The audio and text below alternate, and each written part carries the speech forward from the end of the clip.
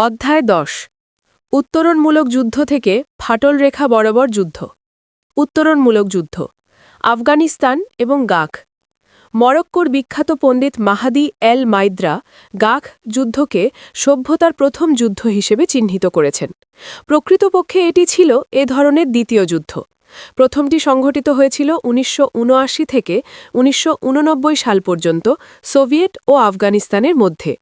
উভয় যুদ্ধই সোজাসুজিভাবে এক দেশ দ্বারা অন্য দেশ ভৌগোলিকভাবে জয় করার লক্ষ্যে পরিচালিত হয়েছিল, কিন্তু পরবর্তীতে তা সভ্যতার যুদ্ধে পরিবর্তিত হয়। ওই যুদ্ধ দুটি বাস্তবে সভ্যতার গরমিল থাকার কারণে তথা নৃগোষ্ঠিক দ্বন্দ্বের ফলে ঘটেছিল। আফগানিস্তানকে করদ রাষ্ট্র বানাবার অভিপ্রায় এবং সোভিয়েত আগ্রাসনের ফলাফল হিসেবে আফগান যুদ্ধের শুরু। এ যুদ্ধ ছিল শীতল যুদ্ধ সময়কালীন যুদ্ধ। এ যুদ্ধের বিষয়টি যুক্তরাষ্ট্র অত্যন্ত গুরুত্বের সঙ্গে গ্রহণ করেছিল। এ যুদ্ধকে সংগঠিত করতে এবং যোদ্ধাদের অস্ত্রশস্ত্রে সজ্জিত করতে যুক্তরাষ্ট্র হাত লাগিয়েছিল, আর এভাবে যুক্তরাষ্ট্র আফগানিস্তান থেকে সোভিয়েত বাহিনীর বিতরণ চেয়েছে। আমেরিকানদের নিকট সোভিয়েতের পরাজয় ছিল অত্যন্ত কাঙ্ক্ষিত। প্রেসিডেন্ট রোনাল্ড রিগানের সেই মতবাদ, যাতে বলা হয়েছিল কমিউনিস্ট সরকারকে হটাতে প্রয়োজনে অস্ত্রশস্ত্র প্রয়োগ করতে হবে। তাছাড়া সোভিয়েতের এ পরাজয় আমেরিকানদের ভিয়েতনামের শোচনীয় পরাজয়ের কাটাঘায়ে কিছুটা হলেও মলম লাগিয়ে দেয়। এ যুদ্ধে পরাজয়ের ফলাফল ছিল সোভিয়েত ইউনিয়নের জন্য সুদূর প্রসারী। যুদ্ধে পরাজয় সোভিয়েত সমাজের মানুষের সোভিয়েতের শক্তির উপর আগের আস্থার থাকল না, এবং সম্ভবত এটিও সোভিয়েত ইউনিয়ন ও তার সাম্রাজ্য ভেঙে যাবার আর একটি কারণ। আমেরিকান ও পশ্চিমাদের নিকট জয় ছিল প্রত্যাশিত। তারা ভেবেছিল শীতল যুদ্ধের সময়ে এ জয় হবে একটি মাইল ফলক, যা তাদের ওয়াটারলুর যুদ্ধে জয়ের স্বাদ এনে দেবে। তবে যারা সোভিয়েতের বিরুদ্ধে যুদ্ধে লড়েছিল তাদের জন্য আফগান যুদ্ধ ছিল ভিন্ন অর্থবহ। এটি ছিল প্রথম বিদেশি শক্তির বিরুদ্ধে সফল যুদ্ধ। একজন পাশ্চাত্য পণ্ডিত বলেন, এটি কোনো জাতীয়তাবাদী বা কমিউনিজমের বিরুদ্ধে যুদ্ধ ছিল না, বরং এটি ছিল ইসলামের নীতির উপর পরিচালিত একটি জিহাদ। এই জয়ে কার্যত ওই শক্তিকে দারুণ আশাবাদ এনে দেয়। তারা ইসলামী শক্তির চূড়ান্ত বিজয়ের স্বপ্নে বিভোর হয়ে ওঠে। ১৯০৫ সালে জাপানিরা রাশিয়াকে যুদ্ধে পরাজিত করে যে আনন্দ পেয়েছিল, আফগান যুদ্ধে সোভিয়েত বাহিনীর শোচনীয় পরাজয় মুসলমান বিশ্বে তেমনি আনন্দ এনে দিয়েছিল। পশ্চিমা জগৎ যেখানে এ জয়কে মুক্ত বিশ্বের জয় মনে করেছিল, মুসলমানরা সেখানে এ জয়কে ইসলামের জয় হিসেবে দেখেছিল। আমেরিকার ডলার এবং ক্ষেপণাস্ত্র ছিল আফগান যুদ্ধে সোভিয়েতকে পরাজিত করতে অপরিহার্য বিষয়। সেই সঙ্গে ইসলামী বিশ্বের সমন্বিত শক্তিও কিন্তু এই যুদ্ধ জয়ের জন্য অপরিহার্য ছিল। এখানে বিভিন্ন ধর্মী ও মতাবলম্বী ইসলামী শক্তি যুদ্ধে সহযোগিতা করতে নেমেছিল নিজ নিজ স্বার্থের দৃষ্টিকোণ থেকে। মুসলমান বিশ্বের মধ্যে সৌদি আরব থেকে সবচেয়ে বেশি আর্থিক সাহায্য এসেছিল। ১৯৮৪ থেকে ১৯৮৬ সালে সৌদি আরব $৫২৫ মিলিয়ন যুদ্ধের জন্য দিয়েছিল। তারা ১৯৮৯ সালে $৭১৫ মিলিয়ন শতকরা ৬১% অর্থাৎ $৪৩৬ মিলিয়ন দিয়েছিল, তবে সেক্ষেত্রে মার্কিন যুক্তরাষ্ট্রের তরফ থেকে অর্থ প্রদানের জন্য অনুরোধ এসেছিল। ১৯৯৩ সালে তারা $১৯৩ মিলিয়ন আফগান সরকারকে দিয়েছিল। আফগান যুদ্ধের খরচ হিসেবে সম্ভবত মার্কিন যুক্তরাষ্ট্র $৩ বিলিয়ন থেকে $৩.৩ বিলিয়ন দিয়েছিল। যুদ্ধে ২৫,০০০ স্বেচ্ছাসেবী বিভিন্ন মুসলমান দেশ থেকে যুদ্ধ করতে যায়। সৌদি আরব সহ অন্যান্য মুসলমান দেশ যুদ্ধে অংশগ্রহণ করেছিল। প্রধানত স্বেচ্ছাসেবী যোদ্ধাদের জর্ডান থেকে বাছাই করে পাকিস্তানি প্রশিক্ষণ প্রদান করা হতো। পাকিস্তান যোদ্ধাদের আশ্রয় ও থাকা খাওয়ার ব্যবস্থাও করত। পাকিস্তানের মাধ্যমেই আমেরিকার টাকা খালাস করা হতো। তবে এ টাকার শতকরা ৫০% তারা অত্যন্ত উদ্দেশ্যপ্রণোদিতভাবে ইসলামী মৌলবাদীদের নিকট হস্তান্তর করত। সমস্ত টাকার শতকরা ৫০% যেত সুন্নি নেতা গুলবুদ্দিন হেকমতিয়ারের হাতে। যেসব মুসলমান দেশের সৈন্য ও স্বেচ্ছাসেবীগণ আফগান যুদ্ধে অংশ নিয়েছিল, তাদের অধিকাংশই ছিল মার্কিন ও পাশ্চাত্য বিরোধী, এবং তাই তাদের প্রদত্ত অর্থ গ্রহণ করাকে তারা অনৈতিক এবং ইসলাম বিরোধী মনে করত। অবশেষে মোটামুটি ৩টি কারণে সোভিয়েত বাহিনী পরাজিত হয়। তারা প্রতিপক্ষের সমকক্ষ ছিল না, আমেরিকার প্রযুক্তি এবং সৌদি অর্থ, মুসলমানদের জনবল ও সর্বাঙ্গীন আগ্রহ। আফগান যুদ্ধের ফলে ইসলামী সংগঠনগুলোর মধ্যে একটি অস্বস্তিকর কোয়ালিশন সৃষ্টি হয়, যার মাধ্যমে ইসলামকে অমুসলমান শক্তির বিরুদ্ধে লেলিয়ে দেওয়া হয়। এ যুদ্ধের ফলে সেখানে রেখে আসা হয় অভিজ্ঞ যোদ্ধা, সেনা ছাউনি, প্রশিক্ষণ ক্ষেত্র, সেনাবাসীর সুযোগ সুবিধা এবং বৃহত্তর আন্তঃ-ইসলামী যোগাযোগের সুবিধা, যার মাধ্যমে তারা ব্যক্তিগত পর্যায়ে যোগাযোগ সহজে করতে পারে। বিরাট অঙ্কের সামরিক সাজ সরঞ্জাম, প্রায় ৩০০ থেকে ৫০০ অপ্রতিরোধ্য স্টিঞ্জার ক্ষেপণাস্ত্র এবং সবচেয়ে গুরুত্বপূর্ণ হল এই জয় তাদের মধ্যে একটি আত্মবিশ্বাস গড়ে তোলে। তারা মনে করতে থাকে যে পরবর্তীতেও তাদের অন্যান্য স্থানে ও ক্ষেত্রে জয় আসবে। এ অবস্থায় মুসলমানদের মধ্যে জেহাদি চেতনা বৃদ্ধি পায়। 1994 সালে একজন আমেরিকান কর্মকর্তা বলেন, আফগান স্বেচ্ছাসেবীদের ভেতর জেহাদি চেতনা, ধর্মীয় ও রাজনৈতিক বোধ শানিত হয়। তারা পৃথিবীর দুটি বৃহৎ শক্তিকে ধরাশায়ী করে, এখন তারা অন্য দেশটিকে লক্ষ্যবস্তুতে পরিণত করছে। আফগান যুদ্ধ ছিল একটি সভ্যতা সংক্রান্ত যুদ্ধ, কেননা সর্বত্র মুসলমানরা এই যুদ্ধকে সোভিয়েতের বিরুদ্ধে একটি একত্রিত প্রচেষ্টা বলেই গ্রহণ করেছিল। অর্থাৎ এই যুদ্ধে সর্বব্যাপী মুসলমানদের ঐক্য চেতনাকে জাগ্রত করেছিল, যে চেতনার শেকড় সভ্যতার সঙ্গে সম্পৃক্ত। গাখ যুদ্ধ তেমনি সভ্যতা সংক্রান্ত ছিল, কেননা পাশ্চাত্যের শক্তি প্রয়োগ করেছিল একটি মুসলমানদের আন্তদ্বন্দ্বের ভেতর। অন্যদিকে পাশ্চাত্যের এ পদক্ষেপকে সমগ্র পাশ্চাত্য জনগণ সমর্থন জুগিয়েছিল। যুদ্ধে পাশ্চাত্যের অংশগ্রহণকে সমগ্র দুনিয়ার মুসলমানরা তাদের বিরুদ্ধে যুদ্ধ হিসেবে গ্রহণ করেছিল, তাই তারা এর বিরুদ্ধে মানসিকভাবে একত্রিত হয়েছিল। পাশ্চাত্যের এসব কার্যক্রম ছিল তাদের দৃষ্টিতে সাম্রাজ্যবাদী তৎপরতার বহিঃপ্রকাশ। আরব এবং অন্যান্য মুসলমান সরকারগুলো প্রাথমিক পর্যায়ে যুদ্ধ নিয়ে দ্বিধাবিভক্ত হয়ে পড়ে। সাদ্দাম হোসেন 1990 সালের আগস্টে পরিভ্রমণ করেন, যার দরুন আরব লীগ তার এ কাজকে নিন্দা জানিয়ে প্রস্তাব আনে। উক্ত প্রস্তাবের পক্ষে 14টি, বিপক্ষে 2টি এবং 5টি দেশ ভোটদানে বিরত থাকে। যুক্তরাষ্ট্র দ্বারা পরিচালিত ইরাক বিরোধী কোয়ালিশনে যোগ দিতে মিশর এবং সিরিয়া রাজি হয়। পাকিস্তান, মরক্কো এবং বাংলাদেশ খুবই স্বল্প সংখ্যক সৈন্য সেই কোয়ালিশনের জন্য প্রেরণ করতে রাজি হয়। তুরস্ক তার ভূমি দিয়ে ইরাকের তেলের পাইপলাইন বন্ধ করে দেয়, যে পাইপলাইন দিয়ে ইরাকি তেল রপ্তানির জন্য ভূমধ্য সাগরের বন্দরে যেয়ে থাকে। তদুপরি তুরস্ক তার বিমানবন্দর কোয়ালিশন বাহিনীর ব্যবহারের অনুমতি দেয়। এসব কাজের বদলে তুরস্ক ইউরোপীয় ইউনিয়নে প্রবেশের তার দাবিকে আরও জোরদার করে।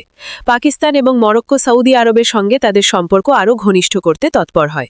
মিশর তার দায় দেনা থেকে রেহাই পায়। সিরিয়া পায় লেবানন। বিপরীতভাবে ইরাক সরকার Jordan, Libya, Mauritania, Yemen, Sudan ও তিউনিশিয়া ও পিএলও, হামাস, এফআইএম এবং এত কিছুর পরেও সৌদি আরবের আর্থিক সাহায্য পেতে থাকে এবং পশ্চিম বিশ্বের আগ্রাসী কাজের প্রতি দোষারোপ করতে থাকে। অন্যান্য মুসলমান দেশ যেমন ইন্দোনেশিয়া সমঝোতা প্রস্তাব দেয়, অবশিষ্টরা এ সব কিছু থেকে দূরে থাকতে চায় বা ক্লান্তি বোধ করতে থাকে।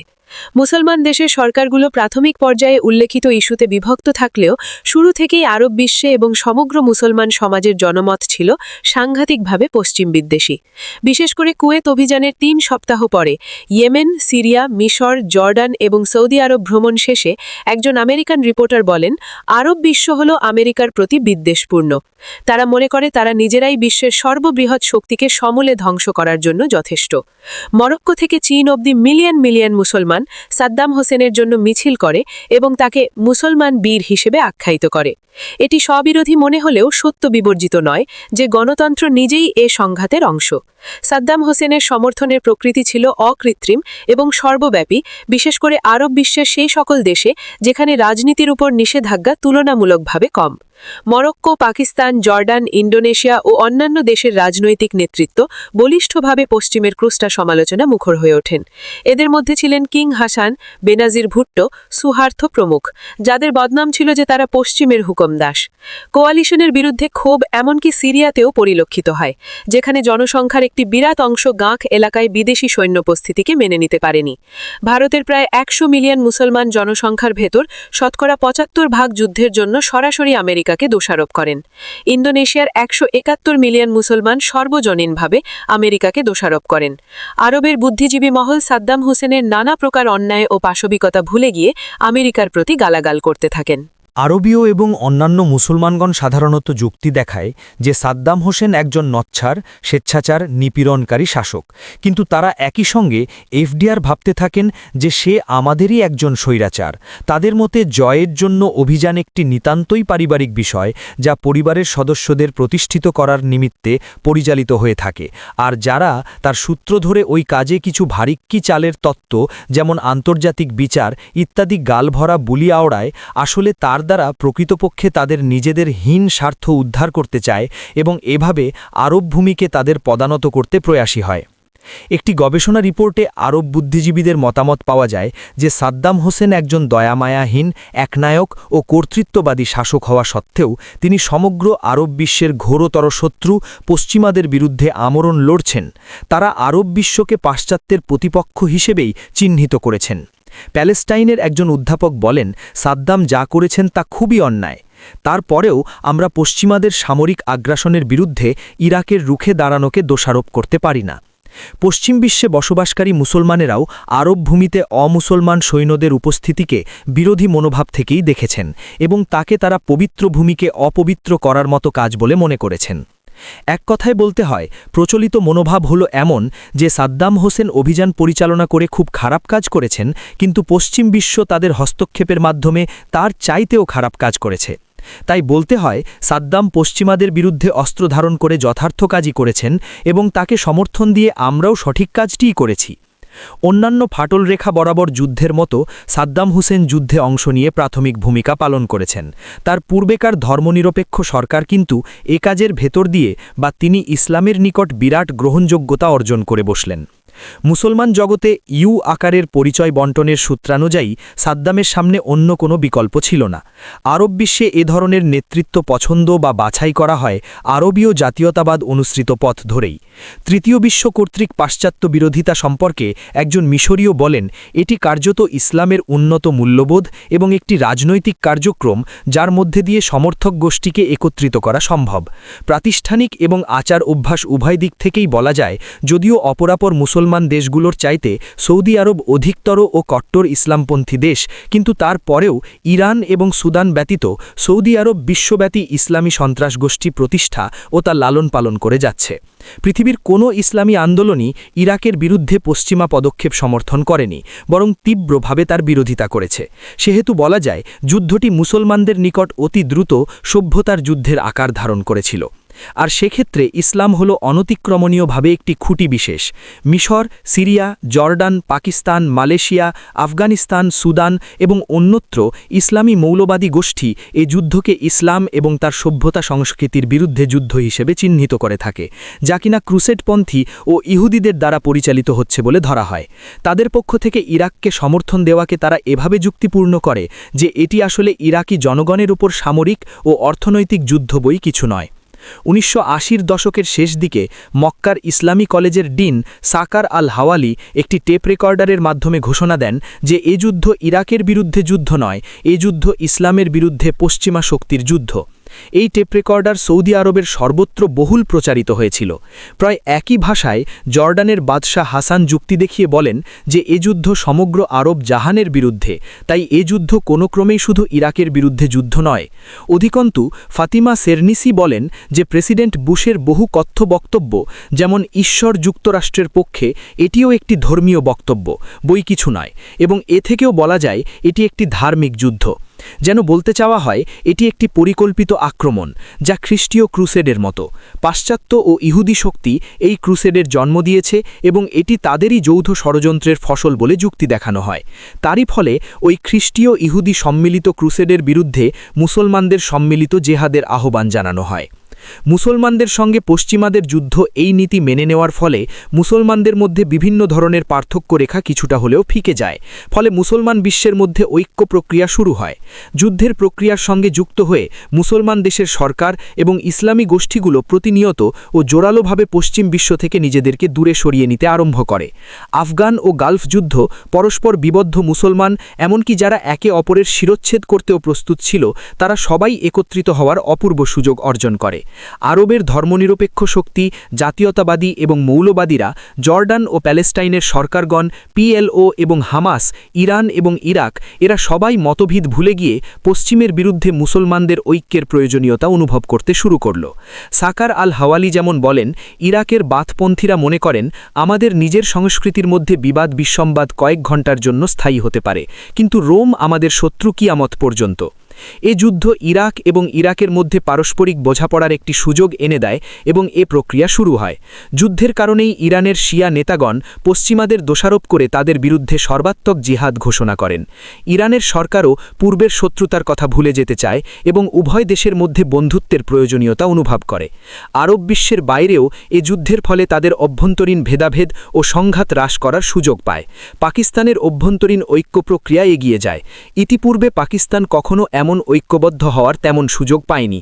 দক্ষিণাঞ্চলে সিন্ধু প্রদেশে সিদ্ধি ও ভারত থেকে আগত অভিবাসী মুসলমানদের মধ্যে মারামারি কাটাকাটি লেগেই থাকত, আর এটি চলছে প্রায় 5 বছরেরও বেশি সময় ধরে।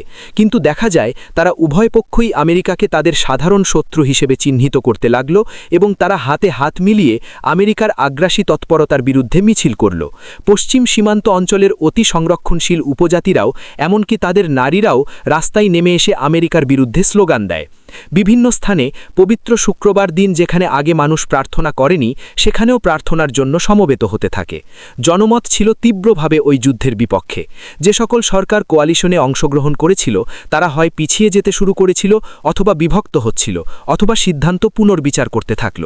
হাফিজ আল আসাদের মতো নেতাও তার বাহিনীকে সৌদি আরবের পবিত্র স্থান সংরক্ষণের জন্য নিয়ে আসেন এবং আক্রমণাত্মক মনোভাবের পরিবর্তে আত্মরক্ষামূলক অবস্থানে থাকতে নির্দেশ দেন। তুরস্ক ও পাকিস্তানের ঊর্ধ্বতন সামরিক অধিকর্তারা যুদ্ধে কোয়ালিশনে অংশ নেওয়ার জন্য তাদের সরকারকে সমালোচনাপূর্বক নিন্দা জানাতে থাকেন। মিশর ও সিরীয় সরকার কোয়ালিশন বাহিনীতে অনেক সৈন্য মোতায়েন করেছিল। তাদেরকে দেশের অভ্যন্তরে পশ্চিমা বিরোধী বিক্ষোভ দমনের জন্য যথেষ্ট সৈন্য মোতায়েন করতে হয়। দেখা যায় মুসলমান দেশে প্রায় সর্বত্র সরকার ক্রমাগত পশ্চিমা বিরোধী মনোভাব ব্যক্ত করতে থাকে। মাগরেবে ইরাককে সমর্থন দেওয়ার যে গণবিস্ফোরণ সৃষ্টি হয় তা আশ্চর্য হওয়ার মতো। তিউনিশিয়ার জনগণ প্রকাশ্যে পশ্চিমা বিরোধী পদক্ষেপ গ্রহণ করে, যার জন্য প্রেসিডেন্ট বেন আলীকে অতি দ্রুত পশ্চিমা বিরোধী অবস্থানে চলে যেতে হয়। মরক্কো সরকার প্রথমে 1500 সৈন্য কোয়ালিশন বাহিনী পাঠিয়েছিল, কিন্তু তার প্রতিক্রিয়ায় জনগণ ইরাকের সমর্থনে একটি সাধারণ ধর্মঘট পালন করে। আলজেরিয়ায় 40,000 ইরাকপন্থী মানুষ প্রেসিডেন্ট বেনজিদ্দিকে তার পাশ্চাত্যপ্রীতি অবস্থান থেকে সরে আসতে বাধ্য করে এবং তিনি ঘোষণা প্রদান করেন যে আলজেরিয়া তাদের ভ্রাতৃপ্রতিম দেশ ইরাকের পক্ষে অবস্থান নেবে। 1990 সালের আগস্ট মাসে মাগরেবের 3টি সরকার আরব লীগে ইরাককে নিন্দা জানিয়ে ভোট দিয়েছিল, কিন্তু বছরের শেষ দিকে তাদের দেশের জনগণের চাপে তারা আমেরিকার বিরুদ্ধে আনিত নিন্দা প্রস্তাবের পক্ষে ভোট দেয়। পশ্চিমারা অনেক অপাশ্চাত্য দেশের এবং অমুসলমান সভ্যতার নিকট থেকে খুবই স্বল্প সমর্থন পেয়েছিল। 1991 সালে শতকরা 53% জাপানি যুদ্ধের নিন্দা জানিয়ে এর বিরোধিতা করে। অন্যদিকে মাত্র শতকরা 25% এ যুদ্ধকে সমর্থন দেয়। হিন্দুদের মধ্যেও এ প্রশ্নে দেখা দেয় বিভক্তি। তারা আসলে সাদ্দাম হোসেন এবং বুশের মধ্যে ভারসাম্য রক্ষা করতে চেয়েছে। দি টাইমস অফ ইন্ডিয়াতে সতর্কবাণী উচ্চারণ করে বলা হয় যে ধর্মীয় গোয়ারতুমির দ্বারা পরিচালিত ইহুদি খ্রিস্টীয় প্রবল শক্তিধর পক্ষের সঙ্গে অপেক্ষাকৃত দুর্বল মুসলমানদের যুদ্ধ। গালফ যুদ্ধ এভাবে দেখা শুরু হয়েছিল যে এটি ইরাক ও কুয়েতের মধ্যে যুদ্ধ, কিন্তু তারপর এটি ইরাক এবং পশ্চিমাদের মধ্যে যুদ্ধে রূপ নেয়। পরে এটি মুসলমান এবং পাশ্চাত্যের মধ্যেকার যুদ্ধ হিসেবে চিহ্নিত হতে থাকে। আবার অনেকেই একে পূর্ব ও পশ্চিমের মধ্যকার যুদ্ধ বলতে চান, যেমন বলা হয় এটি সাদা মানুষের দ্বারা সংঘটিত যুদ্ধ, নতুন অবয়বে তাদের প্রাক্তন সাম্রাজ্যবাদী মনোভাব।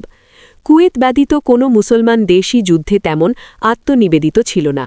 পুনরায় বলতে হয়, সর্বতোভাবেই সমগ্র মুসলমান বিশ্ব পশ্চিমা এই আক্রমণের বিরোধিতা করেছিল।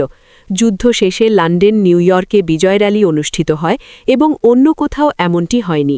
সোহের এইচ হাসমি বলেন, এই যুদ্ধের সমাপ্তির ভেতর দিয়ে আরবীয়দের কোনো প্রকার বিজয় উল্লাস দেখার প্রয়োজন ছিল না, বরং উল্টোভাবে সেখানে হতাশা, বিব্রতকর, অপমানজনক, আতঙ্কজনক প্রতিক্রিয়া লক্ষ্য করা গিয়েছে। আবারও পশ্চিমারাই তাদের বিজয় নিশ্চিত করল। আর একবার অধুনা সালাউদ্দিন, যিনি আরবীয়দের মধ্যে আশার আলো প্রজ্বলিত করতে পেরেছিলেন, পরাজিত হলেন পশ্চিমাদের প্রবল প্রতাপশালী শক্তির কাছে, যা সমগ্র ইসলামী শক্তির জন্য অপমানজনক। ফাতিমা সেরনিসি জিজ্ঞাসা করেন, এই যুদ্ধ পরাজয়ের চাইতে আরবীয়দের আর খারাপ কি হতে পারত? সমগ্র পশ্চিমা শক্তি তাদের সমস্ত প্রযুক্তি ব্যবহার করে আমাদের ওপর বোমাবর্ষণ করল। এটিই ছিল চূড়ান্ত অভিবিষিকা। যুদ্ধের পর কুয়েটের বাইরে অন্যান্য আরব জগতে গালফ এলাকায় আমেরিকার সৈন্যর উপস্থিতির বিষয়ে বিরূপ মনোভাব লক্ষ্য করা যায়। কুয়েটকে শত্রুমুক্ত করা ও সাদ্দাম হুসেনকে নিন্দাবাদ জ্ঞাপন করার চাইতে যেন মধ্যপ্রাচ্যে মার্কিন বাহিনীর উপস্থিতি বেশি শিরোপীড়া কারণ হয়ে দাঁড়াল। এমতাবস্থায় এমনকি মিশরের মতো দেশেও জনমত যেন সাদ্দামের প্রতি সহানুভূতিশীল হতে লাগল। আরব বিশ্বের যারা কোয়ালিশনে অংশ নিয়েছিল তারা তাদের অবস্থান বদলাতে শুরু করল। 1992 সালে মিশর ও সিরিয়া সহ অন্যান্যরা দক্ষিণ ইরাকে বিমান উড্ডয়ন বাধা নিষেধের বিষয়ে বিরূপ প্রতিক্রিয়া দেখায়। 1993 সালে সৌদি আরব ও তুরস্ক ইরাকের বিরুদ্ধে বিমান হামলার বিরোধিতা করে।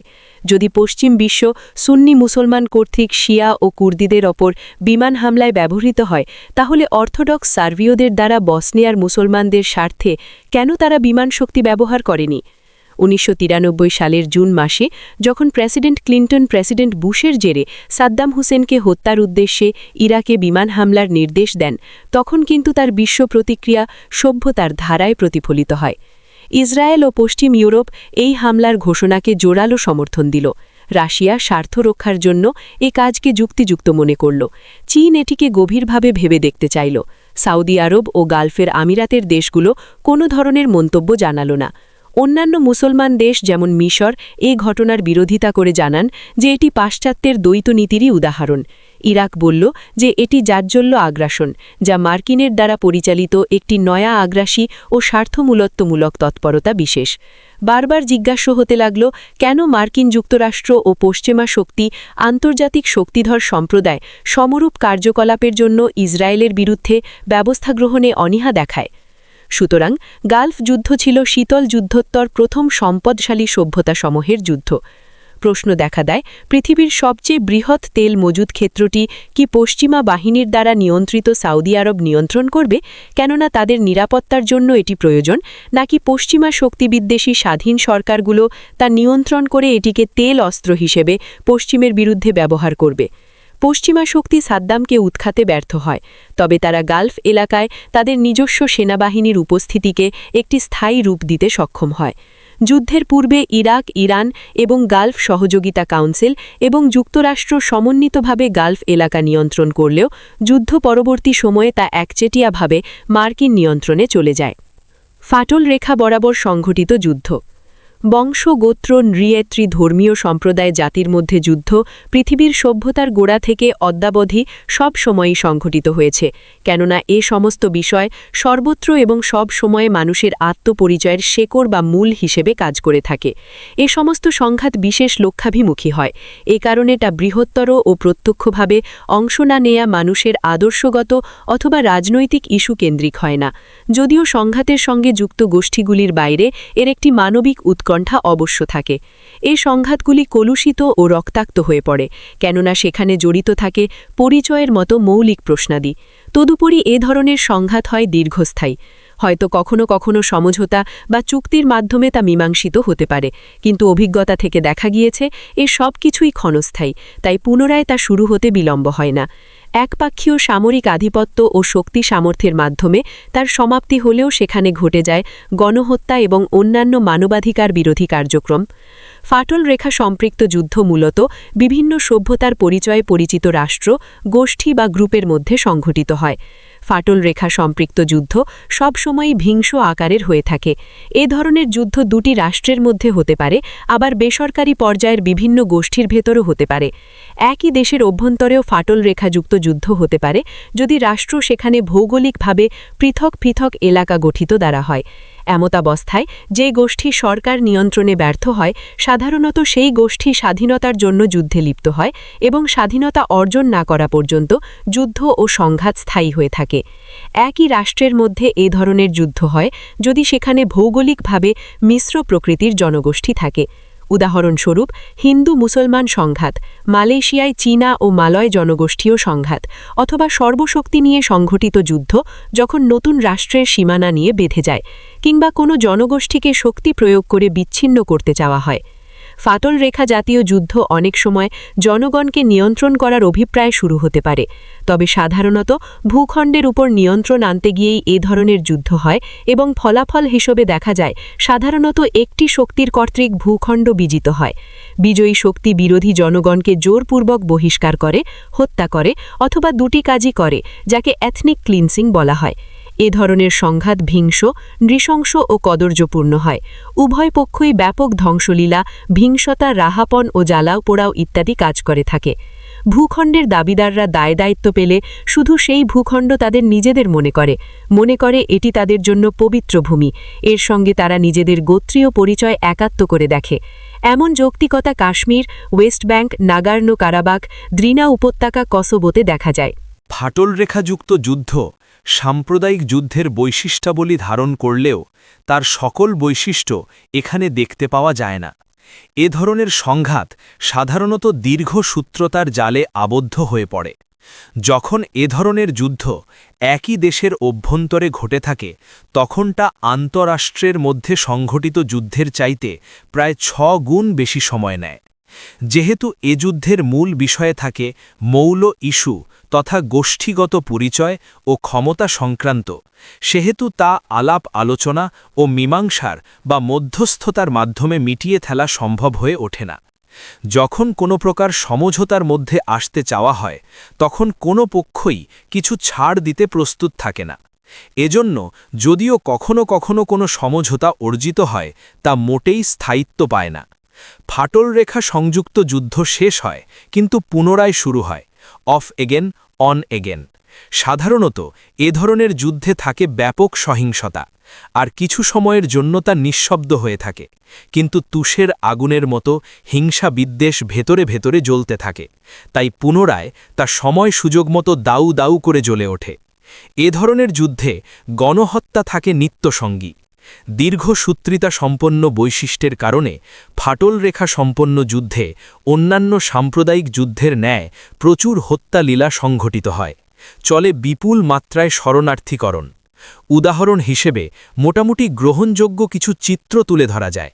১৯৯০-এর দশকে ৫০,০০০ ফিলিপাইনে, শ্রীলঙ্কায় ৫০,০০০ থেকে ১ লাখ, কাশ্মীরে ২০,০০০, সুদানে ৫ লাখ থেকে ১৫ মিলিয়ন, তাজাকিস্তানে ১ লাখ, ক্রোয়েশিয়ায় ৫০,০০০, বসনিয়ায় ৫০,০০০ থেকে ২ লাখ, চেচনিয়ায় ৩০,০০০ থেকে ৫০,০০০, তিব্বতে ১ লাখ, পূর্ব তিমুরে ২ লাখ হত্যা ঘটেছে। স্বভাবতই এ ধরনের ক্ষেত্রে প্রচুর সংখ্যক মানুষ শরণার্থী হয়ে যায়। ফাটল রেখাযুক্ত যুদ্ধ দীর্ঘস্থায়ী এবং পুনঃ সংঘটিত হয়। যেমন সুদানের সহিংসতা শুরু হয়েছিল ১৯৫৬ সালে এবং এটি চলমান ছিল ১৯৭২ সাল অবধি, যখন দক্ষিণ সুদানিদের জন্য এক ধরনের স্বশাসন প্রদানের মাধ্যমে সমঝোতা সৃষ্টি হয়েছিল। কিন্তু সেখানে সহিংসতা আবার ১৯৮৩ সালে শুরু হয়ে যায়। ১৯৯১ সালে শান্তি চুক্তির ভেতর দিয়ে শেষ হলেও পুনরায় ১৯৯৪ সালে শুরু হয়ে যায়। ১৯৯৫ সালে অস্ত্রবিরতির একটি চুক্তি সেখানে অর্জন করা গেলেও এর ৪ মাস পর আগ্রাসী ব্যাঘ্ররা শান্তি চুক্তি থেকে নিজেদের প্রত্যাহার করে নেয় এবং এর ফলে যুদ্ধ পুরো মাত্রায় আবার শুরু হয়ে যায়। ফিলিপাইনে মোরো বিদ্রোহীরা ১৯৭০-এর দশকে সহিংসতা শুরু করে। ১৯৭৬ সালে একটি চুক্তির ভেতর দিয়ে তা প্রশমিত হয় মিরদানা ও এর কিছু এলাকায় স্বায়ত্তশাসন প্রদানের মাধ্যমে। কিন্তু ১৯৯৩ সালে সেখানে সহিংসতার পুনরুজ্জীবন ঘটে এবং তা উত্তরোত্তর বৃদ্ধি পেতে থাকে।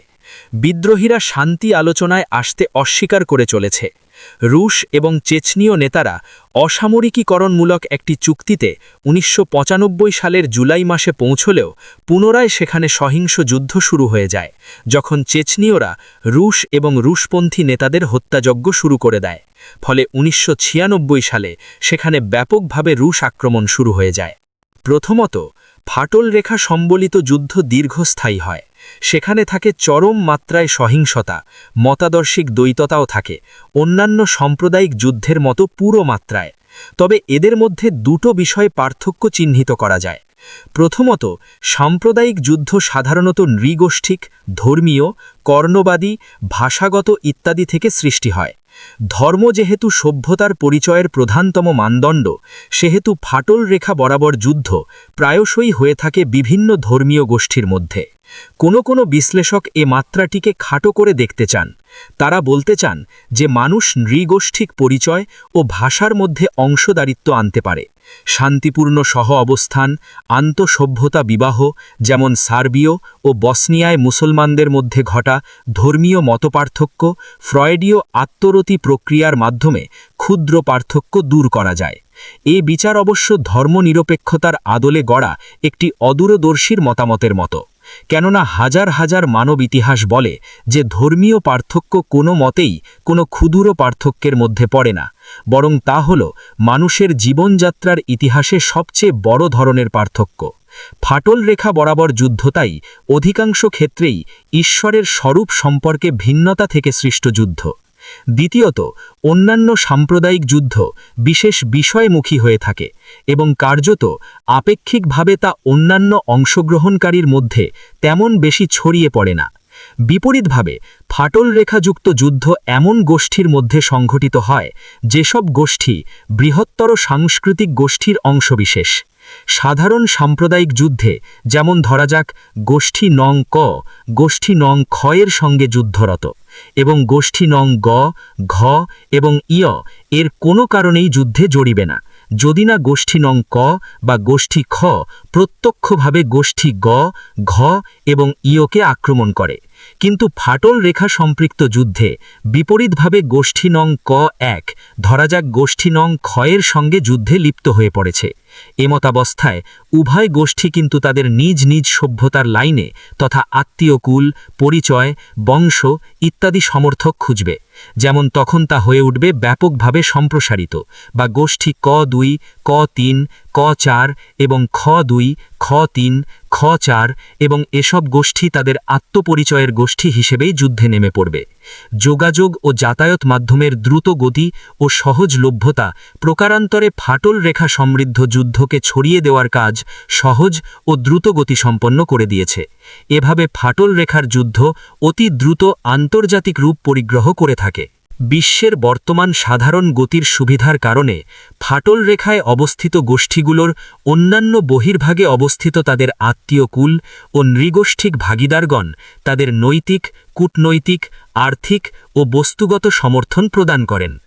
আন্তর্জাতিকভাবে সম্পর্কিত এই সংশয় সম্পন্ন যুদ্ধ ও সংঘাত স্থায়ী ও সফল করার পেছনে ইন্ধন জুগিয়ে যাচ্ছে এই কিন কান্ট্রি সিন্ড্রোমকে গ্রিনওয়েস আখ্যায়িত করেছেন বিংশ শতাব্দীর শেষ ভাগে ফাটল রেখা বরাবর যুদ্ধের কেন্দ্রীয় চরিত্র। সাধারণ এমনকি ক্ষুদ্রাতিক্ষুদ্র সহিংসতাও আন্তর্জাতিকভাবে আন্তঃসভ্যতার সংঘাতের মতো রূপ পরিগ্রহ করে থাকে।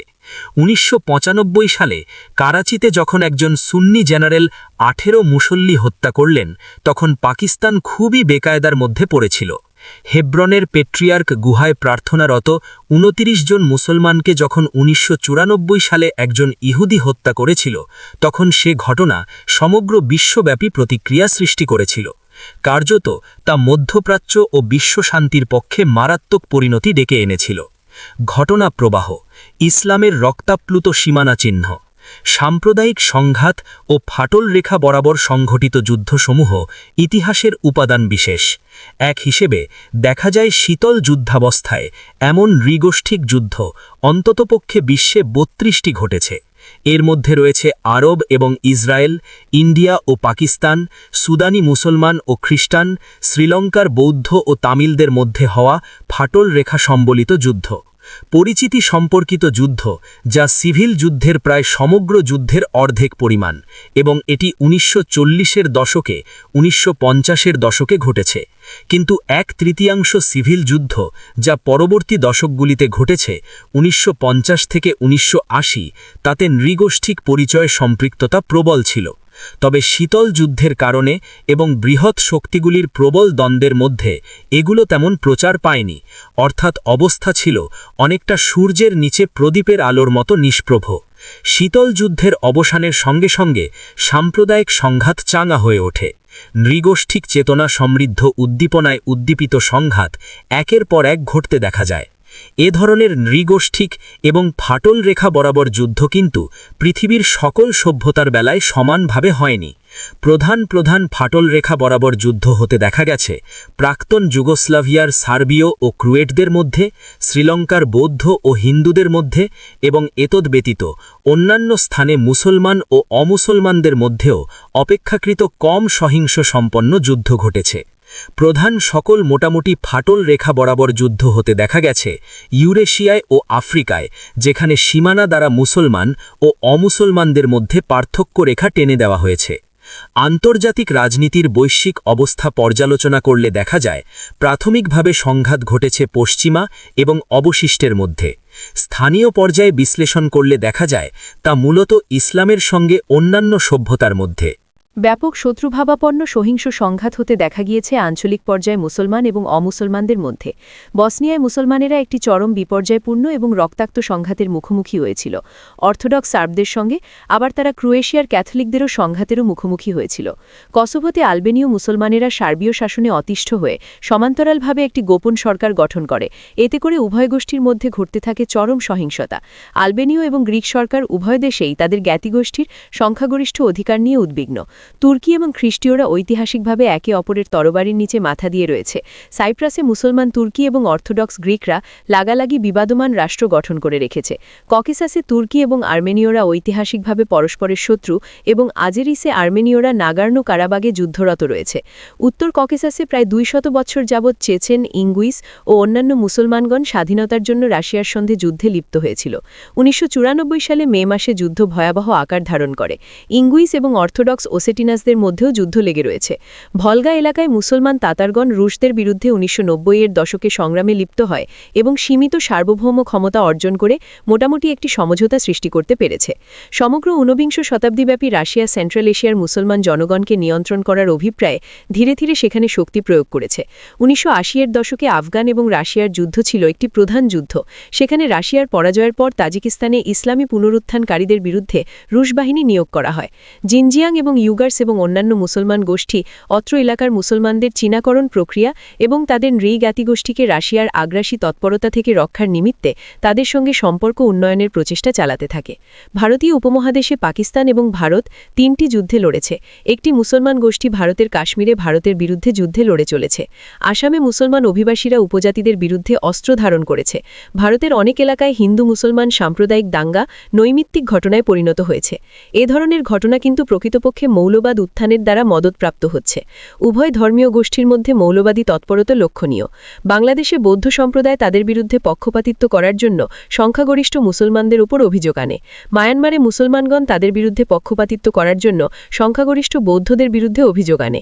মালয়েশিয়া এবং ইন্দোনেশিয়ায় নিয়মিতভাবে চীনাদের বিরুদ্ধে দাঙ্গা হাঙ্গামা হচ্ছে এবং সে সঙ্গে তারা তাদের অর্থনীতির ওপর চীনাদের আধিপত্যের বিরুদ্ধে প্রতিবাদ জানিয়ে চলেছে। থাইল্যান্ডে মুসলমান গোষ্ঠী জোরালোভাবে বৌদ্ধ ধর্মপন্থী সরকারের বিরুদ্ধাচরণ করে চলেছে। দক্ষিণ ফিলিপাইনে একটি ইসলামী পুনর্জাগরণ আন্দোলনকারীরা স্বাধীনতার জন্য লড়ে যাচ্ছে আর তা করছে ক্যাথলিক সরকারের বিরুদ্ধে। ইন্দোনেশিয়ার পূর্ব তিমুরে ক্যাথলিক জনগণ অত্যাচারী মুসলমান শাসনের বিরুদ্ধে লড়ছে। মধ্যপ্রাচ্যে প্যালেস্টাইনে আরব এবং ইহুদিদের মধ্যে সংঘাত পূর্বের পর্যায়ে অর্থাৎ ইহুদি রাষ্ট্র স্থাপনের শুরুর দিকের মতো সংঘাতে রূপ নিয়েছে। ইসরায়েল ইস্যুতে সেখানে 4টি যুদ্ধ আরব এবং ইসরায়েলের মধ্যে সংঘটিত হয়েছে। প্যালেস্টাইনীয়রা ইহুদিদের বিরুদ্ধে ইন্টিফাদামূলক অবস্থান গ্রহণ করেছে। লেবাননে মেরোনাইট খ্রিস্টানগণ শিয়াইট এবং অন্যান্য মুসলমানদের বিরুদ্ধে যুদ্ধ করে চলেছে। ইথিওপিয়ায় অর্থোডক্স আমহারাস ঐতিহাসিকভাবে মুসলমানদের দমন করে আসছে এবং এভাবে সেখানে তারা মুসলমান ওরমর্জের দ্বারা প্রতিরোধের মুখোমুখি হচ্ছে। আফ্রিকার উত্তরের আরব এবং মুসলমানদের সঙ্গে দক্ষিণের খ্রিস্টানদের সঙ্গে যুদ্ধ লেগেই রয়েছে। সুদানে মুসলমান এবং খ্রিস্টানদের মধ্যে সর্বাপেক্ষা রক্তাক্ত যুদ্ধ নিত্য নৈমিত্তিক বিষয় হয়ে দাঁড়িয়েছে। সেখানে হাজার হাজার মানুষ নিহত হচ্ছে। নাইজেরিয়ার রাজনীতিও সংঘাতপূর্ণ। সেখানে উত্তরাঞ্চলের মুসলমান ফুলানি হাউসা এবং দক্ষিণের খ্রিস্টান উপজাতির মধ্যে রক্তাক্ত পরিস্থিতির সৃষ্টি হয়েছে। চাদ, কেনিয়া এবং তানজানিয়ায় মুসলমান এবং খ্রিস্টানদের মধ্যে দ্বন্দ্ব সংঘাত লেগেই রয়েছে। ওইসব স্থানে মুসলমান এবং খ্রিস্টান সভ্যতার ক্যাথলিক, প্রোটেস্ট্যান্ট, অর্থোডক্স, হিন্দু, চীনা, বৌদ্ধ এবং ইহুদিদের মধ্যে পারস্পরিক সম্পর্ক সংঘাতপূর্ণ, আর অধিকাংশ ক্ষেত্রেই তা সহিংসতাপূর্ণ। মুসলমানদের নিয়ে চিন্তা করলে দেখা যায় তারা সম্ভবত শান্তিপূর্ণভাবে অন্যান্য সভ্যতা এবং প্রতিবেশীর সঙ্গে বসবাসে সমস্যা সৃষ্টি করতে পারে। তাহলে প্রশ্ন দেখা দেয়, মুসলমান এবং অন্যান্য সভ্যতার মধ্যে বিংশ শতাব্দীর শেষার্ধের জন্য এবং সংঘাত কি অন্যান্য সভ্যতার পারস্পরিক সম্পর্কের বেলাতেও প্রয়োজন? বস্তুত তা নয়। মুসলমানরা বিশ্ব জনসংখ্যার 5/1 কিন্তু সে তুলনায় বিশ্বে সংঘটিত আন্তঃগোষ্ঠিক দ্বন্দ্ব এবং সংঘাতে তাদের অংশীদারিত্ব অন্যান্য সভ্যতার তুলনায় অনেক বেশি। 1993-94 সালে সংঘটিত নৃগোষ্ঠীগত সংঘাতের 50টির মধ্যে মুসলমানরা 26টিতে অংশগ্রহণ করেছিল। বিষয়টি গভীরভাবে টেড হবার্ট গুড টেবিল 10.1 দ্বারা বিশ্লেষিত হয়েছে। এর মধ্যে 20টি সহিংস ঘটনা ঘটেছে বিভিন্ন সভ্যতার ভিতরে, যার মধ্যে 15টিই ছিল মুসলমান এবং অমুসলমানদের মধ্যে। দেখা যায় ওই সময় অন্যান্য সভ্যতার মধ্যে সন্দ্বস্ট্রিকের চেয়ে মুসলমান এবং অমুসলমানদের মধ্যে সন্দ্বস্ট্রিক দ্বন্দ্ব 3 গুণ বেশি। মুসলমানদের মধ্যে সংঘটিত অভ্যন্তরীণ সংঘাতের মাত্রাও কিন্তু অন্যান্য সভ্যতার তুলনায় বেশি। ইসলামের তুলনায় পশ্চিমা বিশ্ব মাত্র 2টি আন্তঃসভ্যতা বহির্ভূত এবং আন্তঃসভ্যতা সম্পৃক্ত সংঘাতে লিপ্ত হয়েছে। গুডের হিসেব মোতাবেক 6টি যুদ্ধের মধ্যে 2 লক্ষ বা তার অধিক প্রাণহানি ঘটেছে সুদান, বসনিয়া, পূর্ব তিমুর, এর মধ্যে 3টিই ছিল মুসলমান অমুসলমান সংঘাত, 2টি সোমালিয়া, ইরাক, কুর্দি, মুসলমান মুসলমান সংঘাত এবং মাত্র একটিই ছিল অমুসলমান সংক্রান্ত সংঘাত। 1993 সালে দ্য নিউ ইয়র্ক টাইমস 48টি এলাকা চিহ্নিত করে যেখানে দেখা যায় 59টি দ্বন্দ্ব সংঘাতে ঘটেছে। এর প্রায় অর্ধেকটিতেই মুসলমানরা নিজেদের মধ্যে বা অমুসলমানদের সঙ্গে সংঘর্ষে লিপ্ত হয়েছে।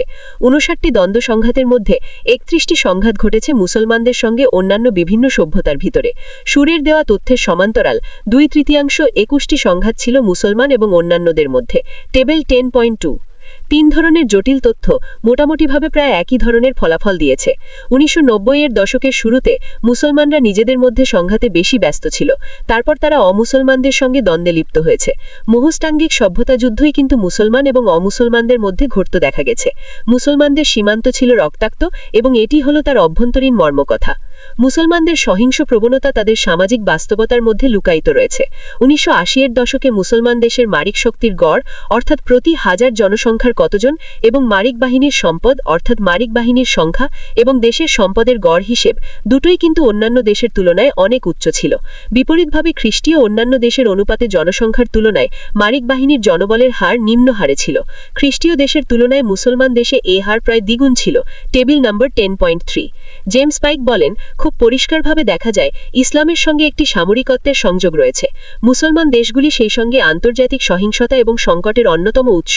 1928 থেকে 1979 সাল পর্যন্ত 142টি আন্তর্জাতিক সংকটের 76টি মুসলমান সংক্রান্ত ছিল।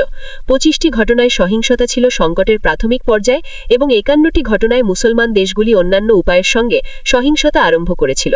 যখন তারা সহিংসতা শুরু করে তখন তারা তা খুব জোরের সঙ্গে করে। শতকরা 41% ক্ষেত্রে তারা সহিংসতার পূর্ণ মাত্রা ব্যবহার করেছিল এবং শতকরা 38% ক্ষেত্রে তারা সংঘাতে লিপ্ত হয়েছিল। যখন মুসলমান দেশ শতকরা 53.5% ক্ষেত্রে সহিংসতার আশ্রয় নেয় তখন যুক্তরাজ্য মাত্র 11.5% ক্ষেত্রে, মার্কিন যুক্তরাষ্ট্র 17.9% ক্ষেত্রে এবং সোভিয়েত ইউনিয়ন শতকরা 28.5% ক্ষেত্রে সহিংসতার পথ অবলম্বন করেছিল। প্রধান শক্তিগুলির মধ্যে কেবলমাত্র চীনের সহিংসতা মুসলমানদের সহিংসতা ছাড়িয়ে যায়। তারা শতকরা 76.9% ক্ষেত্রে সহিংসতা প্রয়োগ করেছিল।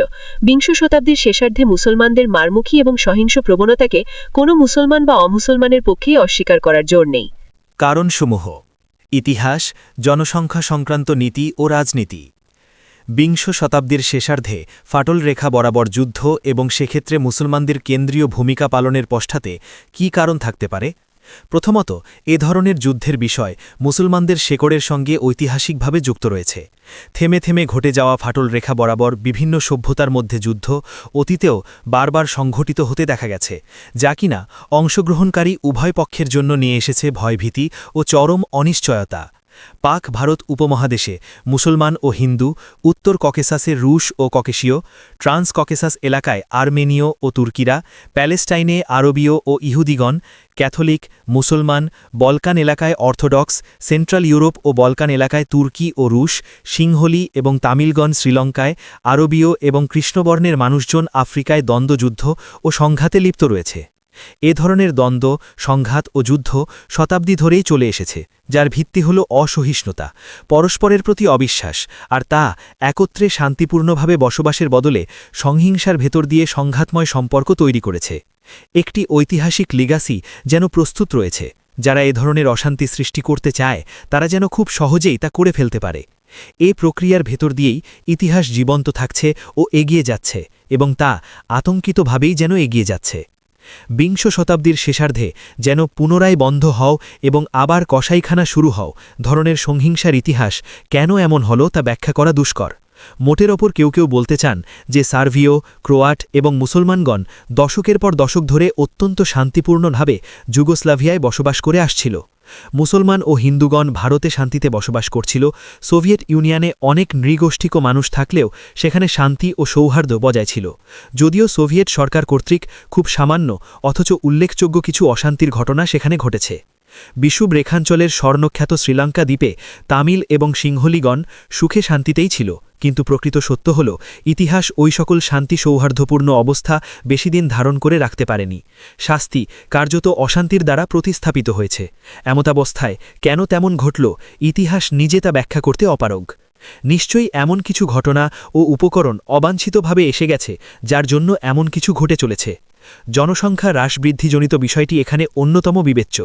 একটি বিশেষ গোষ্ঠীর জনসংখ্যা বৃদ্ধি বা অন্য একটি গোষ্ঠীর আপেক্ষিক জনসংখ্যা হ্রাস রাজনীতি, অর্থনীতি ও সামাজিক ক্ষেত্রে চাপ সৃষ্টি করে থাকে, এবং সেসব চাপ থেকে রেহাই পাওয়ার জন্য গ্রুপগুলোর ভেতর প্রতিবোধকজনিত ব্যবস্থা গ্রহণ করতে হয়।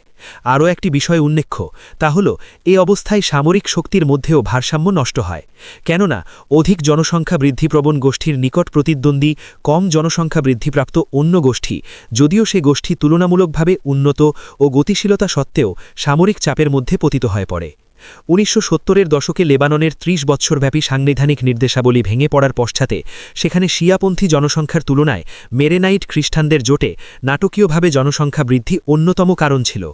গ্যারি ফুলারের মধ্যে শ্রীলঙ্কায় সিংহলীদের ১৯৭০-এর দশকের বিদ্রোহ এবং ১৯৮০-র দশকে তামিল বিদ্রোহ সংঘটিত হওয়ার সঙ্গে ১৫ বছর থেকে ২৪ বছর বয়সী জনসংখ্যা বৃদ্ধির একটি সম্পর্ক রয়েছে। ওই সময় জনসংখ্যার শতকরা ২০% ছিল যুবক, ১৫ থেকে ২৪ বছর। দেখুন ফিগার 10.1। একটি আমেরিকান কূটনীতিক সিংহলী বিদ্রোহ সম্পর্কে বলেন যে এটি ঘটেছিল ২৪ বছর বয়সীদের কারণে, এবং তামিল টাইগার বিদ্রোহের ক্ষেত্রেও অন্যভাবে তত্ত্বটি সত্য ছিল। সেখানে ১১ বছর বয়সের বালক বালিকারা অস্ত্র হাতে তুলে নিয়েছিল। যারা যুদ্ধে নিহত হয়েছিল তাদের অধিকাংশই ছিল ১১ বছর বয়সী, খুব কমই ছিল ১৮ বছরের ওপরে। দি ইকোনমিস্ট পত্রিকা বলে যে টাইগারেরা ছিল কম বয়সী যোদ্ধা। একইভাবে দেখা যায় রাশিয়ার ফাটল রেখা বরাবর যুদ্ধেও রাশিয়ার দক্ষিণে ঘটেছিল রুশ এবং মুসলমানদের মধ্যে জনসংখ্যার বয়স একটি মূল প্রতিপাদ্য বিষয় ছিল। ১৯৯০-এর দশকে সন্তান জন্মদানের মহিলাদের জন্য এ উর্বরতা রাশিয়ার ফেডারেশনে ছিল শতকরা 0.5%। অন্যদিকে প্রাক্তন সোভিয়েত অধীন সেন্ট্রাল এশিয়ায় মুসলমানদের মধ্যে এ হার ছিল প্রায় শতকরা 4.4%। এজন্য সেখানে জনসংখ্যা বৃদ্ধির নিট হার ছিল ১৯৮০-র দশকে রাশিয়া এলাকার চেয়ে ৫ থেকে ৬% বেশি। চেচনিয়াতে ১৯৮০-র দশকে জনসংখ্যা বৃদ্ধির শতকরা হার ছিল ২৬%। চেচনিয়া ছিল তখনকার সময়ে রাশিয়ার সবচেয়ে জনবহুল এলাকা। এর উচ্চ জন্মহার প্রকারান্তরে অভিবাসী এবং যোদ্ধা সৃষ্টি করেছিল। একইভাবে মুসলমানদের মধ্যে পাকিস্তানের ক্ষেত্রে উচ্চ জন্মহার কাশ্মীরে অভিবাসী বৃদ্ধি করেছে, এবং তারা সেখানে ভারতীয় শাসনের বিরুদ্ধে যুদ্ধ পরিচালনা করে চলেছে।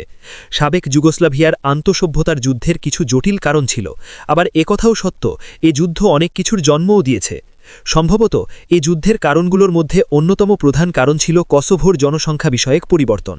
কসোভো ছিল সার্বিয়ার প্রদেশের একটি স্বায়ত্তশাসিত প্রদেশ। এ ধরনের মর্যাদা সম্পন্ন প্রদেশের অপ্রচলিত ক্ষমতা ছিল, তাদের বিচ্ছিন্ন হওয়ার অধিকার ছিল না। ১৯৬১ সালে এখানে জনসংখ্যার শতকরা ৬৭% ছিল অর্থোডক্স সার্বীয়। আলবেনীয়দের জন্মহার ছিল ইউরোপের মধ্যে সর্বোচ্চ, এবং কসোভো শীঘ্রই যুগোস্লাভিয়ার একটি অন্যতম ঘনবসতি এলাকায় পরিণত হয়।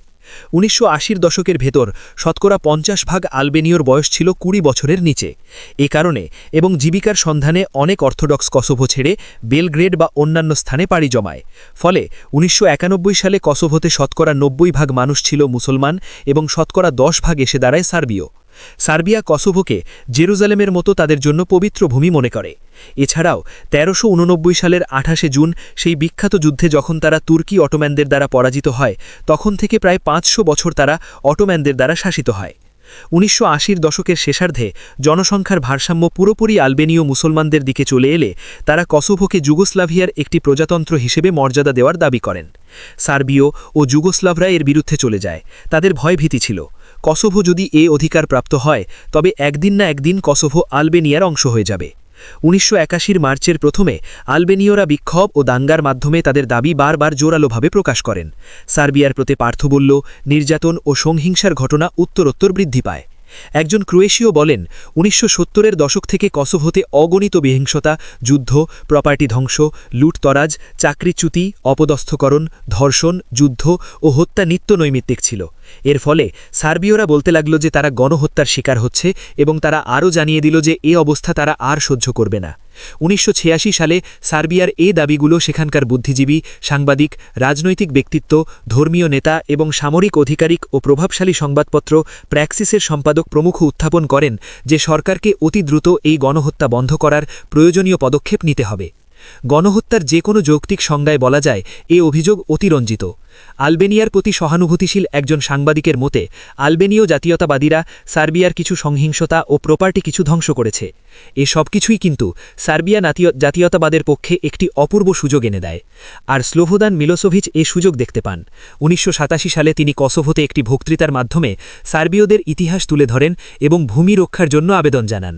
এরপরেই সার্বীয়রা কমিউনিস্ট, অকমিউনিস্ট, এমনকি কমিউনিস্ট বিরোধীরাও তার চারপাশে ভিড় করতে শুরু করে।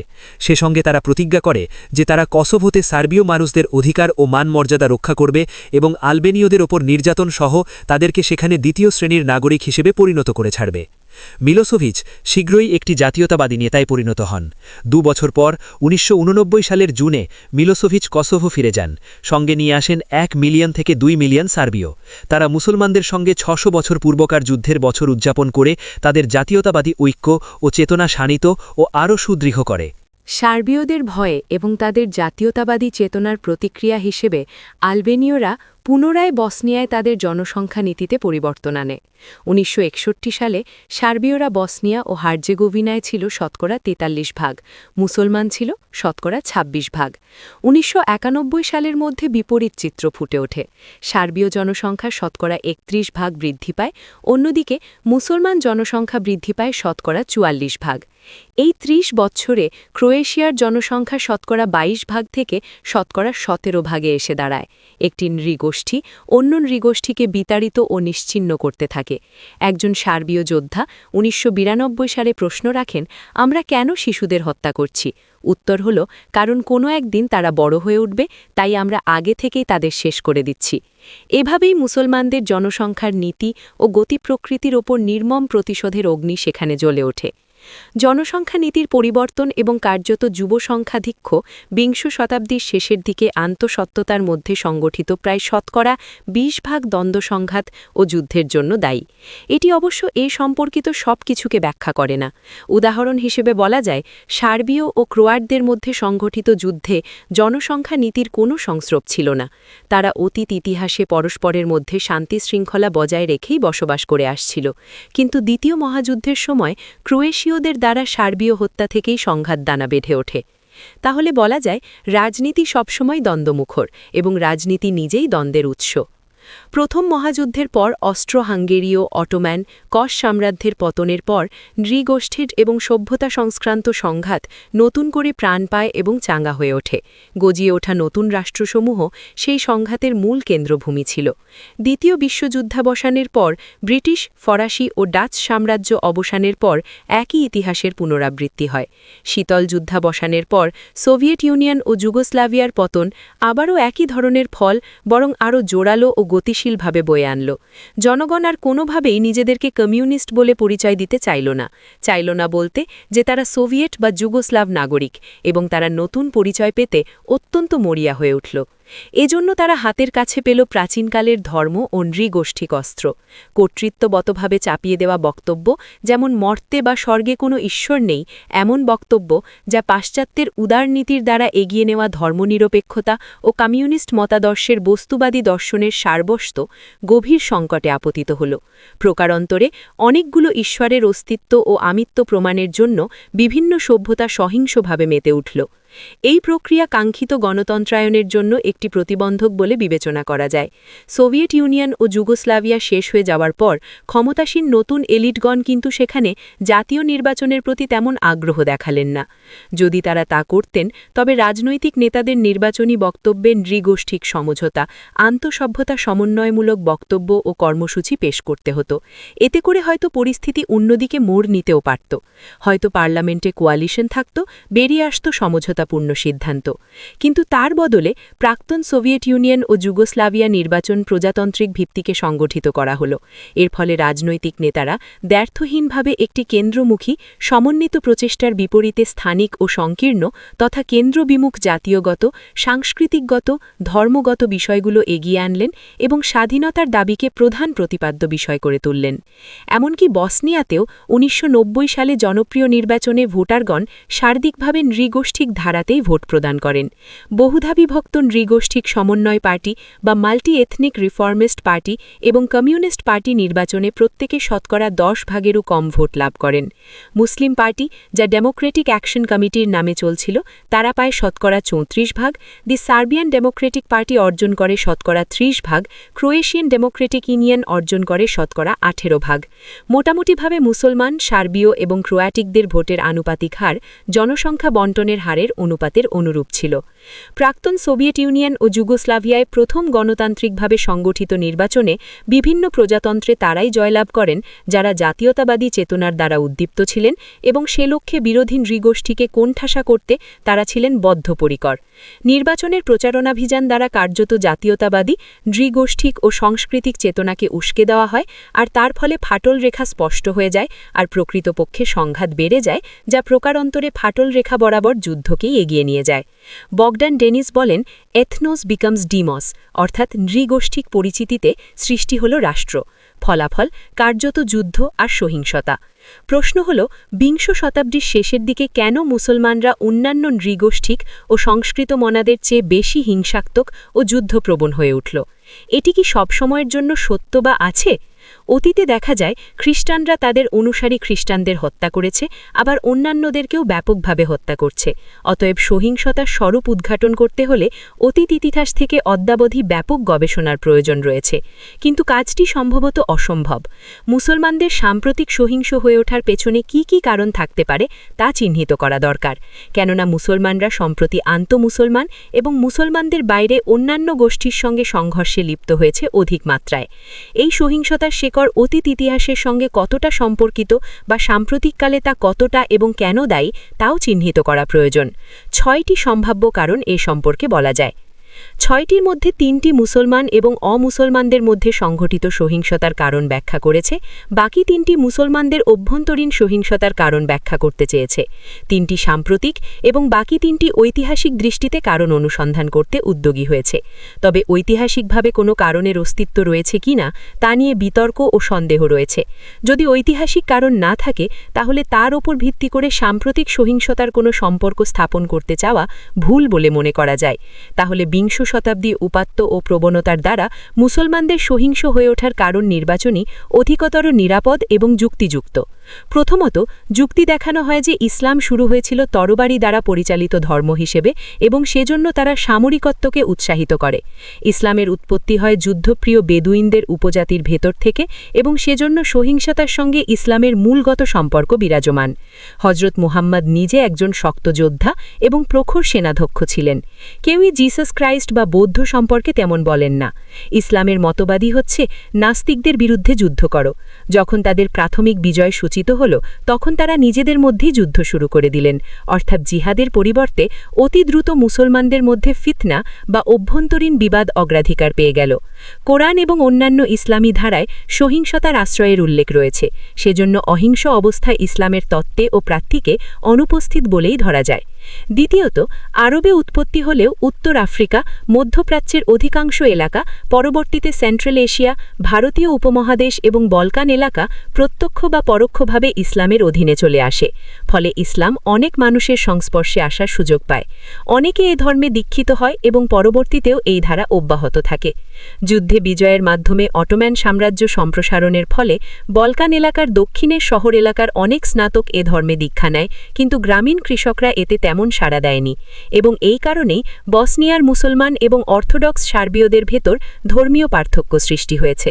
বিপরীতভাবে কস সাম্রাজ্যের বলকান এলাকার কৃষ্ণ সাগর পর্যন্ত বিস্তৃতি, ককেশীয় এলাকায় তার উপস্থিতি এবং সেন্ট্রাল এশিয়া পর্যন্ত তাদের বিস্তৃতি কার্যত দুটি ধর্ম ও সংস্কৃতির মধ্যে সংঘাত শতাব্দীর পর শতাব্দীব্যাপী দীর্ঘায়িত করে রেখেছিল। ইসলাম তার ক্ষমতা ও শৌর্যবীর্যের সর্বোচ্চ পর্যায়ে পাশ্চাত্যের বিশেষ আনুকূল্যে মধ্যপ্রাচ্যে ইহুদি আবাসস্থল স্থাপিত করলে পরে তখন থেকেই আরব ইহুদি সংঘাতের সূত্রপাত ঘটে। এভাবে ইউরেশিয়ার মুসলমান ও অমুসলমানের অবস্থান একই স্থানে লাগালাগি হতে শুরু করে। অন্যদিকে পশ্চিমে সমুদ্র থাকার জন্য অপাশ্চাত্যের সঙ্গে তাদের সীমানা সৃষ্টির কোনো পরিস্থিতি তৈরি হয়নি। এটি হয়েছিল প্রথমবারের মতো প্রাথমিকভাবে দক্ষিণ আফ্রিকায়, যেখানে পাশ্চাত্যের মানুষ বসতি শুরু করেছিল। তৃতীয়ত, মুসলমান অমুসলমান জনগোষ্ঠীর মধ্যে সংঘাতের তৃতীয় সম্ভাব্য কারণ হতে পারে, যেমন কোনো একজন দেশদরদির মতে ইসলাম স্বভাবতই একটি অসহিষ্ণু প্রকৃতির ধর্ম। অপাচ্যতা। অন্যান্য ধর্মের সঙ্গে অপাচ্যতার কারণে মুসলমানেরা তাদের দেশে সংখ্যালঘুদের আপন করে নিতে ব্যর্থ হয়, যা অমুসলমান দেশ খুব সহজেই করতে পারে বলে মনে করা হয়। অর্থাৎ তারা অমুসলমান সংখ্যালঘুদের সহজেই মানিয়ে নিতে সমর্থ হয়। খ্রিস্টধর্মের চেয়েও ইসলাম অধিকতর পরিপূর্ণ বিশ্বাস সমৃদ্ধ ধর্ম। ইসলাম ধর্ম ও রাজনীতিকে এক করে ফেলেছে। দারুল ইসলাম এবং দার-উল হাব এর মধ্যে কোনো প্রকার সমঝোতার পথ নেই। কনফিউশীয়, বৌদ্ধ, হিন্দু, পাশ্চাত্য খ্রিস্টান এবং অর্থোডক্স খ্রিস্টানদের পক্ষে অন্য ধর্মের মানুষকে গ্রহণ করা সহজ। তারা অন্য ধর্মের মানুষের কাছে বসবাস করতেও তেমন দ্বিধাবোধ করেন না। এক্ষেত্রে মুসলমান পরিচয়ে কোনো পার্থক্য করা হয় না। উদাহরণস্বরূপ, নৃগোষ্ঠিক চীন সহজেই থাইল্যান্ডের বৌদ্ধ জনগোষ্ঠীর সঙ্গে একাত্ম হয়ে গিয়েছে। ক্যাথলিক ফিলিপাইনেও তাদের তেমন কোনো অসুবিধা হচ্ছে না। নীতিগতভাবে সেসব সমাজে তেমন কোনো চীনা জনগোষ্ঠী বিরোধী তৎপরতা দেখা যায় না, কিন্তু বিপরীতভাবে মুসলমান দেশে চীনা জনগণ বিরোধী সহিংস ঘটনা ঘটে চলেছে। এমনটি হতে দেখা যায় মালয়েশিয়া, ইন্দোনেশিয়ায়। সেখানে চীনাদের ভূমিকা অত্যন্ত সংবেদনশীল, কিন্তু থাইল্যান্ড বা ফিলিপাইনে বিষয়টি খুবই স্বাভাবিক ও সাবলীল। সামরিকত্ব, অপাচ্যতা এবং অমুসলমান গোষ্ঠীর প্রতি সহিষ্ণু মনোভাব ইসলামের সার্বক্ষণিক বৈশিষ্ট্য। এর জন্য ইতিহাসের সকল পর্যায়ে মুসলমানগণ সবসময়ই সংঘাত ও সন্ধমুখর থেকেছে। আরও তিনটি ক্ষণস্থায়ী উপাদান উল্লিখিত তিনটি মৌল উপাদানকে উৎসাহিত ও তীক্ষ্ণ করে তুলেছে, যার জন্য বিংশ শতাব্দীর শেষের দিকে মুসলমানগণ এত মারমুখ হয়ে ওঠেন। মুসলমান সমর্থক একটি চিন্তা থেকে বলা হয় যে পাশ্চাত্যের সাম্রাজ্যবাদ এবং ঊনবিংশ শতাব্দীতে মুসলমান সমাজকে পদানত করে রাখার ঘটনা কার্যত মুসলমানদের সামরিক ও অর্থনৈতিক দুর্বলতার বহিঃপ্রকাশ ঘটনা বলে ধারণার সৃষ্টি হয়েছিল। সেজন্য অমুসলমান গোষ্ঠীসমূহ মুসলমানদেরকে একটি বিকল্প লক্ষ্যবস্তুতে পরিণত করেছিল। ওই মতামত বলে যে মুসলমানগণ অমুসলমানদের আঘাতের লক্ষ্যবস্তু হয়েছিল। তাছাড়া সেখানে পাশ্চাত্য জগতের সিমেটিক বিরোধী আক্রোশও যুক্ত হয়েছিল। এজন্য মুসলমান গোষ্ঠী প্যালেস্টাইন, কাশ্মীর, চেচনিয়াতে রেড ইন্ডিয়ানদের মতো অপদস্থ, নির্যাতিত, নিষ্পেষিত এবং উচ্ছেদকৃত হতে থাকে। সাকার আহমেদ। তবে তিনি সাকার আহমেদ মুসলমানেরা যে নির্যাতনের শিকার তা উল্লেখ করলেও যেখানে মুসলমানেরা সংখ্যাগরিষ্ঠ সেখানে সংখ্যালঘিষ্ঠদের অবস্থা কিরূপ আকার ধারণ করে সে বিষয়ে কিছু বলেননি। উদাহরণস্বরূপ সুদান, ইরান, মিশর এবং ইন্দোনেশিয়ার নাম উল্লেখ করা যায়। গভীরভাবে দেখলে মুসলমানদের অভ্যন্তরীণ ও বাহ্যিক সংঘাত সম্পর্কে বলা যায় এটি হয়তো হতো না যদি একটি মুসলমান কোর রাষ্ট্র থাকত। ইসলামের সমর্থকগণ সবসময়ই বলে থাকেন যে পাশ্চাত্যের সমালোচকরা যেমন বলেন যে একটি কেন্দ্র নিয়ন্ত্রিত ষড়যন্ত্রমূলক পরিচালনা শক্তি রয়েছে যা মুসলমানদের সংগঠিত করে খুবই উদ্দেশ্যমূলকভাবে পাশ্চাত্যে ও অন্যান্যদের বিরুদ্ধে লেলিয়ে দিচ্ছে। যদি সমালোচকেরা এটি সত্য বলে ধরে নেন তাহলে বলা যায় তারা সত্যের সন্ধান পাননি। ইসলাম হল বিশ্বের অস্থিরতার অন্যতর উৎস, কারণ সেখানে একক ও কেন্দ্রীয়ভাবে নিয়ন্ত্রণকারী কোনো শক্তি নেই। যে সমস্ত দেশ যেমন সৌদি আরব, ইরান, পাকিস্তান, তুরস্ক, ইন্দোনেশিয়া মুসলমানদের নেতৃত্ব বলে নিজেদের মনে করে থাকে তারা প্রকৃতপক্ষে অনৈক্যের বেড়াজালে আবদ্ধ। তারা একে অন্যকে ল্যাং মারতে চায়। তাদের মধ্যে কেউই মুসলমানদের ভেতরকার অভ্যন্তরীণ বিরোধের শান্তিপূর্ণ সমাধান প্রদানের যোগ্যতা রাখে না, এবং সেই সঙ্গে তাদের কেউই অমুসলমানদের সঙ্গে মুসলমানদের বিরোধীর মীমাংসার জন্য কর্তৃত্বমূলক কোনো নির্দেশ দেবার পর্যায়ে নেই। চূড়ান্তভাবে বলা যায় মুসলমান সমাজে জনসংখ্যা বৃদ্ধির বিস্ফোরণ এবং তার সঙ্গে বেকারত্বের হার বৃদ্ধি, 15 থেকে 30 বছর বয়সী যুবকদের সংখ্যাধিক্য আসলে প্রাকৃতিক ও বাস্তব কারণ, যার জন্য মুসলমানদের অভ্যন্তরে ও অমুসলমানদের সঙ্গে মুসলমানদের সংঘাত ও দ্বন্দ্ব অহরহ লেগেই চলেছে। অন্যান্য কারণ যেভাবেই থাকুক বা কাজ করুক না কেন, এই বিষয়টি 1980 এবং 1990-এর দশকে মুসলমানদের মধ্যে এবং দ্বারা সৃষ্ট সহিংসতার একটি বিরাট উৎস বিশেষ। হয়তো একবিংশ শতাব্দীর তৃতীয় দশকে মুসলমানদের সমাজে অর্থনৈতিক উন্নয়ন জনসংখ্যার চাপ সহ্য করতে পারবে, এবং এমনটি ঘটলে হয়তো মুসলমানদের মধ্যে সহিংস প্রবণতা হ্রাস পাবে এবং কার্যত তা সাধারণভাবে ফাটল রেখা বরাবর সংঘাত ও দ্বন্দ্বকেও হ্রাস করবে।